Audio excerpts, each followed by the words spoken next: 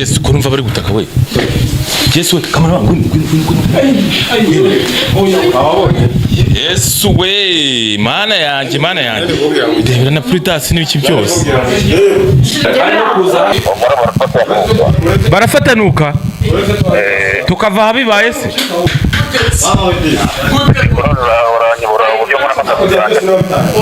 Muga.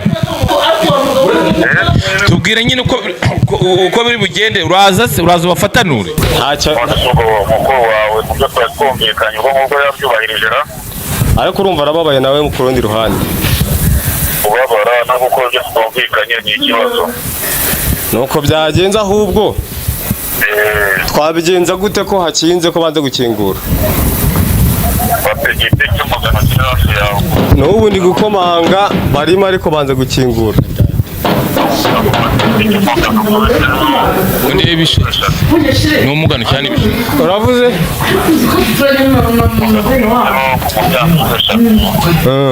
Mugano ko nabagano uri hafi. Ibisheke imyembe.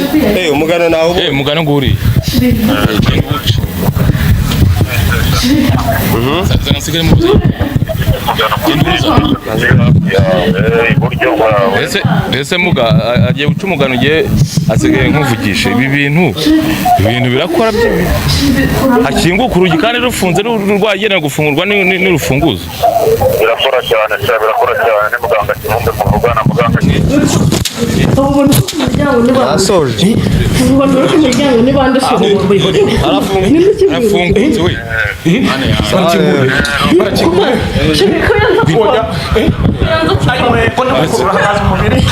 Yes, ko numva bari gutaka we. Yes we, kamera wangu. Yes we, mana yanjye. Ngayo guko rero bya bintu twabonaga mu mafilime cyangwa se atubona ari nk'ibintu bitabaho kuri uyu mwanya rwose muganga Kivumbi ahise abikora rwose mu kanya gatoya umwuzukuru wa Nyamirama.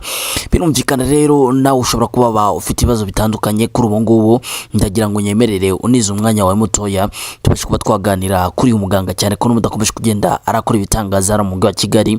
Kuri ubu ngubu rero ibingiye amaze kuba yakorera uyu mugabo amufatira umugore akaza kumufata ndetse akabasanga baryamanye n'abagabo benshi ndetse afite ibibazo bigiye bitandukanye bishingiye kuri iki ngiki ariko si ibi byonyine turi buze kuba twaganiraho turaza kuganira kuri byinshi uyu muganga ashobora kuba yagufasha ariko by'umwihariko tunagaruka kuri uyu mugabo ubashe kuba yafashwa n'uyu muganga rero Kivumbi ndetse amaze gufasha abanyakigali ndetse n'abanyamahanga bagiye batandukanye kumuhamagara cyangwa se ukamwandikira kuri WhatsApp ntabwo ari ibintu bigoranye kuri 079 24 11 muganga Kivumbi nawe aragufasha. Ni muri iki gitondo rero umujyi wa Kigali ibingibi nkubwira ngo numara kubikora ndazikubwira ibigwi byinshi cyangwa se ibitangaza by'umuganga yakomeje kugenda arakorera abanyarwanda gusa by'umwihariko n'abanyamahanga umujyi wa Kigali tutitaye ku nsengero abenshi basigaye bamugana Kibungo ndetse na hehe no gupfukamira imbere z'uyu muganga ubundi akagufasha.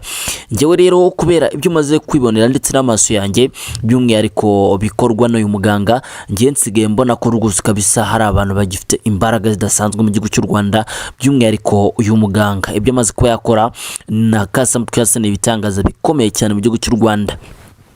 Umwanya muto rero ni wonyene reka duhere kuri uyu mugore ndetse n'umugabo bafashwe basambana mu cyumba cyangwa se bakora imibonano mpuzabitsina.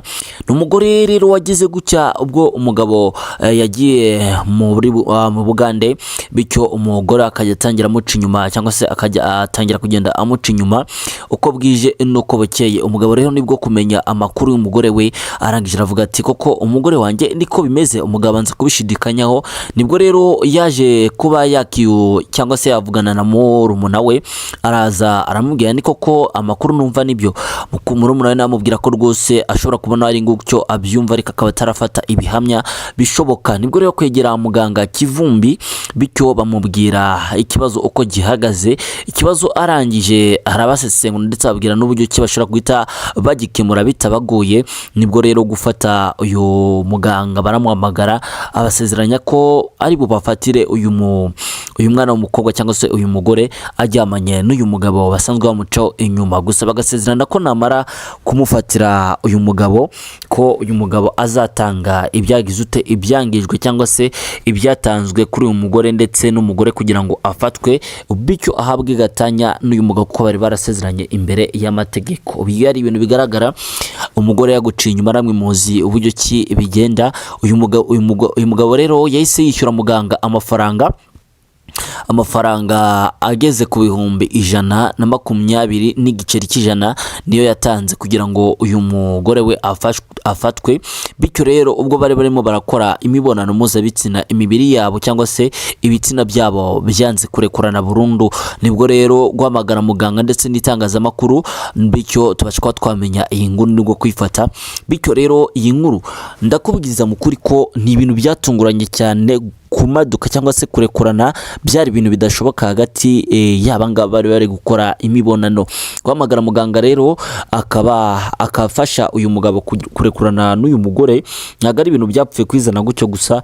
Umugabo nuko yaramaze kwemera ibyo yamaze gutegekwa, ndetse by'umwihariko cyane ko Muganga rero afite ububasha bwonyine bwo gutuma aba bantu barekurana, bityo akora ku cyo twakita ihembe nk'uko yakomeje kugenda abivuga ati Muganga Kivumbi ibyo rwose n'uruca abana kubikora ni ibintu nakora mu kanya nk'ako guhumbya. Niyo mpamvu rero ibingibi nawe ndagira ngo niba ufite iki kibazo kigukomereye ukaba ushaka ubuvuzi bugiye butandukanye, hamagara nimero za Muganga ziri imbere za kuri screen, bityo nawe Muganga Kivumbi agufashe. Umaze kuba kibonera video burano buhamya bukomeye cyane, wabonye ko bari banakijyamye ariko mvuga ko n'umugabo we rwose yari yaryohewe adashaka no kurekura umugore, nibwo rero kurangiza igikorwa n'ubundi imibiri bagasanga n'ubundi yamatanye kuvamo nabwo bikunda.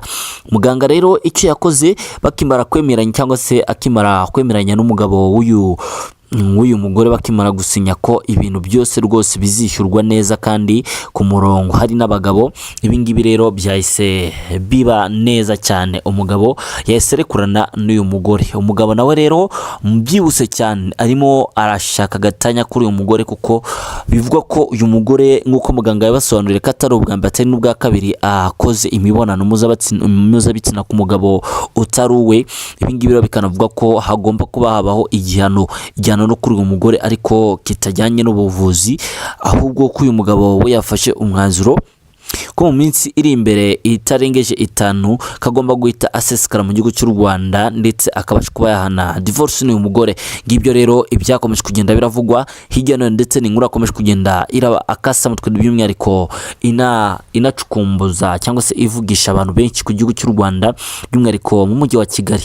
Ngibi rero ibimaze kuba byaba, wowe cyo wakora n'iki ukimara kubona iyi nkuru nuko wahita wamagana nimero za Muganga ziri imbere za kuri screen, bityo nawe akagufasha mu bibazo bigiye bitandukanye. Ushobora kuba ufite igisambo cyakuzengereje iwawe mu rugo, bityo ukabasha kwahamagara Muganga agahita agufasha rwose ibyo cyatwaye kikabigarura gatanu ku kandi.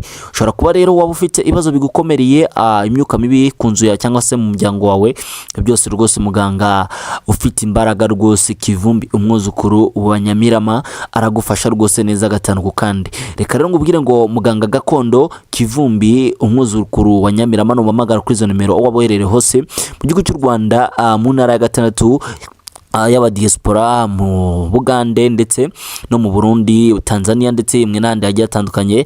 Uyu Muganga aragufasha neza cyane kandi mu buryo bworoshye cyane. Reka ngubwire ngo wakoze cyane kubana nanjye, nuze kwibagirwa kuba washaringa video ku nshuti zawe kuko nazo ushobora gusanga zikeneye ibingibi. We bikore kano kanya kugira ngo turusheho kubana gatanu kandi anga kuri Razo TV show. Ciao ciao.